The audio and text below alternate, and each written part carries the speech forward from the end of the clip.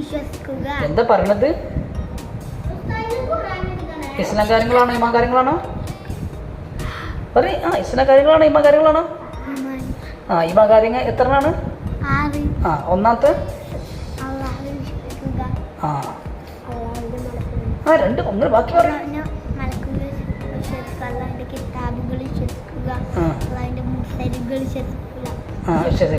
വിശ്വസിക്കൂലാന്നോ? വിശ്വസിക്കുക. തിന്മയുമുള്ള എല്ലാ കാര്യത്തിൽ നിന്നാണെന്ന് വിശ്വസിക്കുക. നന്മയും തിന്മയുമുള്ള എല്ലാ കാര്യങ്ങളും നിന്നാണെന്ന് നന്മയും തിന്മയുമായ എല്ലാ കാര്യങ്ങളും അള്ളാഹുവിൽ നിന്നാണെന്ന് വിശ്വസിക്കുക. ഓക്കെ. അതിന് മുമ്പ് 5 എന്താ മറന്നോയോ? 5 ഒഴിവാക്കിയത് മറന്നതോ?